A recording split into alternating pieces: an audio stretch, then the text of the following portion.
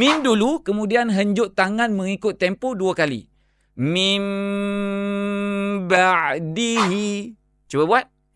Mim ba'dihi min jundin minas sama'.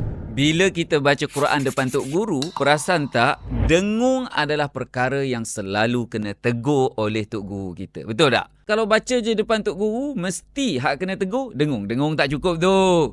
Tambah sikit lagi dengung. Lama sikit dengung tu. Betul tak? So, dengung ni macam mana sebenarnya cara kita nak kira dengung? Okey? Dengung ni tuan-puan membezakan bacaan Quran kita ni seperti orang yang baca Quran bertamadun ataupun tak bertamadun. Mengikut peraturan baca Quran mesti kena ada dengung. Ketika nun dan mim, okey, ada keadaan-keadaan yang perlu didengungkan, ada keadaan yang perlu disengaukan saja, tak perlu dengung. Okey. So dengung ni sebenarnya tuan-puan, kalau kita nak tahu, sebenarnya dia ada banyak khilaf lah. Okey, kalau kita selalu dengar dengung ni 2 harakat. Tak? Dengung 2 harakat. Itu hak famous. Dia ada hak dengung 1.5 harakat, dia ada hak 2 harakat, dia ada hak 2.5 harakat. Maksimum dengung adalah 3 harakat. Namun, untuk yang kita pakai di Malaysia ni, Tariq Asy-Syatibi, Hafsan Asim dan kebanyakan qurra' sab'ah ke, asyarah ke, surah ke, kubra ke, mereka prefer baca 2 harakat. Jadi persoalannya, macam mana cara yang paling efektif untuk kita nak kira dengung 2 harakat ni? Pakai jari ke?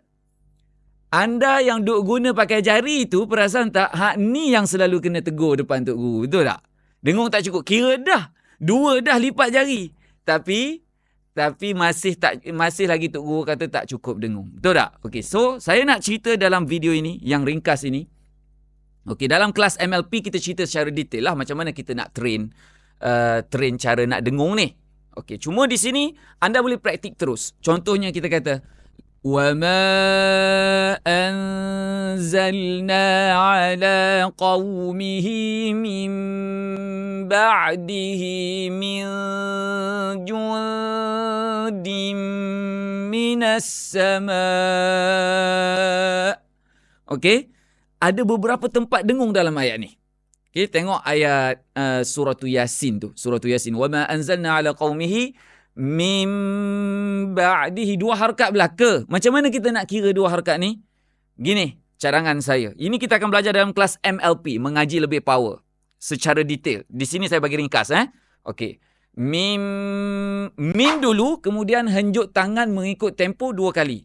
Mim ba'dihi. Cuba buat.